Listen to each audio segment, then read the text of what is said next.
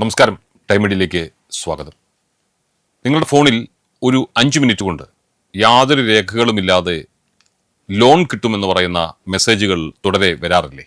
എങ്കിൽ ഈ വീഡിയോ നിങ്ങൾ നിർബന്ധമായും മുഴുവനായിട്ട് കാണണം. കാരണം കഴിഞ്ഞ വെറും 1.5 വർഷത്തിനുള്ളിൽ ഇത്തരം വ്യാജ ആപ്പുകൾ കേരളത്തിലേക്ക് ഒഴുക്കിവിട്ടത് 100 കോടിയിലധികം രൂപയാണ് നമ്മളുടെയൊക്കെ ഇടയിലേക്ക്.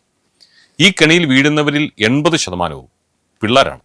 25 വയസ്സിന് താഴെയുള്ള നമ്മളുടെ വിദ്യാർത്ഥികളും യുവാക്കളും അടങ്ങുന്ന ഒരു സംഘം. ഇന്ന് നമ്മൾ സംസാരിക്കുന്നത് കേരളത്തെ കാർന്നു തിന്നുകൊണ്ടിരിക്കുന്ന ഏറ്റവും വലിയ സൈബർ വിപത്തായ ഓൺലൈൻ ലോൺ ആപ്പ് മാഫിയയെക്കുറിച്ചാണ്. വളരെ ചെറിയ തുകകളായിരിക്കും ഇവർ വായ്പയായിട്ട് അനുവദിക്കുന്നത്. സാധാരണയായി 10,000 രൂപയോ 15,000 രൂപയോ ഒക്കെ. പെട്ടെന്നുള്ള ആവശ്യങ്ങൾക്ക് പെട്ടെന്ന് തന്നെ പണം വേണമല്ലോ, അതുകൊണ്ട് പലരും വേഗം പോയി ഈ ആപ്പുകൾ ഇൻസ്റ്റാൾ ചെയ്യും. എന്നാൽ ഇവിടെയാണ് ആദ്യത്തെ ചതിക്കുഴിയിരിക്കുന്നത്. ഇൻസ്റ്റാൾ ചെയ്യുമ്പോൾ ഈ ആപ്പുകൾ നിങ്ങളുടെ ഫോണിലെ കോൺടാക്ട് ലിസ്റ്റ്, മറ്റ് നമ്പറുകളെല്ലാം തന്നെ, പിന്നെ ഫോട്ടോ ഗാലറിയിലെ ഫോട്ടോകൾ, വീഡിയോകൾ, നിങ്ങൾക്ക് വന്നിട്ടുള്ള വിവിധങ്ങളായ മെസ്സേജുകൾ എന്നിവയിലേക്കുള്ള പെർമിഷൻ ചോദിക്കും. നമ്മൾ അറിയാതെ ഇതിനെല്ലാം അലോ അലോ എന്ന് ചെയ്തു കൊടുക്കും. ഇത് കൊടുക്കുന്ന നിമിഷം നിങ്ങളുടെ ഫോണിന്റെ പൂർണ്ണ നിയന്ത്രണം അങ്ങ് ഡൽഹിയിലോ നോയിഡയിലോ ഇരിക്കുന്ന തട്ടിപ്പുകാരുടെ കൈകളിലേക്ക് എത്തിപ്പെടും. അടുത്ത ചതി പലിശയിലാണ്. കേട്ടാൽ നിങ്ങൾ ഞെട്ടും.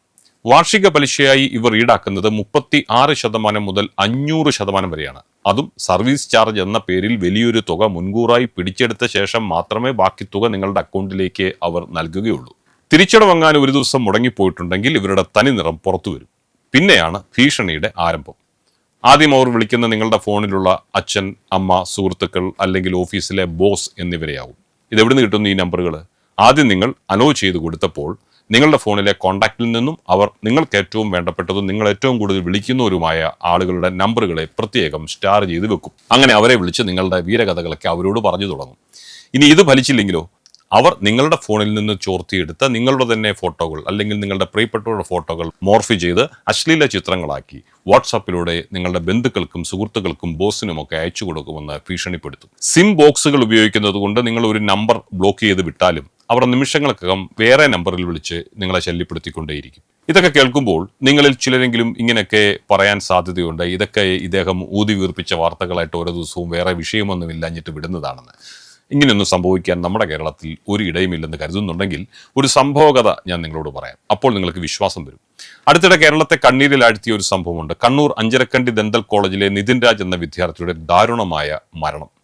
അമ്മയുടെ ചികിത്സയ്ക്കായി ഇൻസ്റ്റാപേ അഥവാ ഇൻസ്റ്റന്റ് ഫണ്ട്സ് എന്ന ആപ്പിൽ നിന്നും വെറും 13,500 രൂപയാണ് നിതിൻ കടമെടുത്തത്. തിരിച്ചടവ് മുടങ്ങിയതോടെ റഫറൻസായി നൽകിയിരുന്ന കോളേജിലെ അധ്യാപികയെ ഈ തട്ടിപ്പുകാർ നിരന്തരം വിളിച്ച് ഭീഷണിപ്പെടുത്താൻ തുടങ്ങി. പ്രശ്നം വഷളായതോടെ കടുത്ത മാനസിക സമ്മർദ്ദം താങ്ങാനാവാതെ ആ യുവാവ് ആത്മഹത്യ ചെയ്തു. ഈ കേസിൽ ക്രൈംബ്രാഞ്ച് നടത്തിയ അന്വേഷണത്തിൽ ഉത്തരേന്ത്യയിൽ പ്രവർത്തിക്കുന്ന കോടിക്കണക്കിന് രൂപയുടെ തട്ടിപ്പ് നടത്തുന്ന ഒരു വൻ റാക്കറ്റിനെയാണ് പോലീസ് പിടികൂടിയത്. സമാനമായ രീതിയിൽ തിരുവനന്തപുരത്തും പാലക്കാട്ടും വടകരയിലുമെല്ലാം നമ്മുടെ യുവാക്കൾക്ക് ഇത്തരം ഭീഷണികൾ നേരിടേണ്ടി വന്നിട്ടുണ്ട്. അവരിൽ പലരും ഇരയായിട്ടുമുണ്ട്. ഇനി നിങ്ങൾ ഈ കെണിയിൽ പെട്ടുപോയാൽ എന്ത് ചെയ്യണം? ഒരിക്കലും പരിഭ്രാന്തരാകാതിരിക്കണം.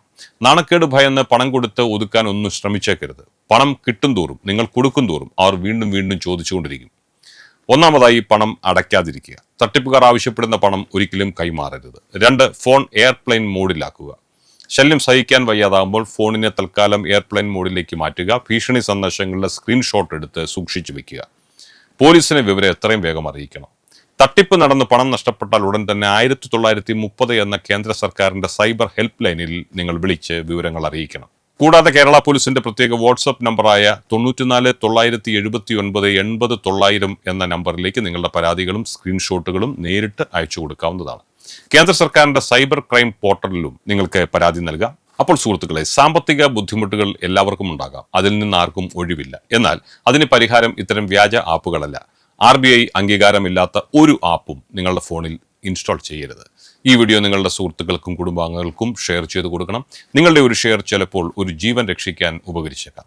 അപ്പോൾ ഇത്തരം ഇൻഫോർമേറ്റീവായ വീഡിയോകൾക്കായി ഈ ചാനൽ സബ്സ്ക്രൈബ് ചെയ്യാൻ നിങ്ങൾ മറക്കരുത്. സുരക്ഷിതരായിരിക്കുക. മറ്റൊരു വിഷയവുമായി നാളെ വീണ്ടും നമുക്ക് തമ്മിൽ കാണാം. നിങ്ങൾക്ക് എല്ലാവർക്കും ഞങ്ങളുടെ നന്ദി. നമസ്കാരം.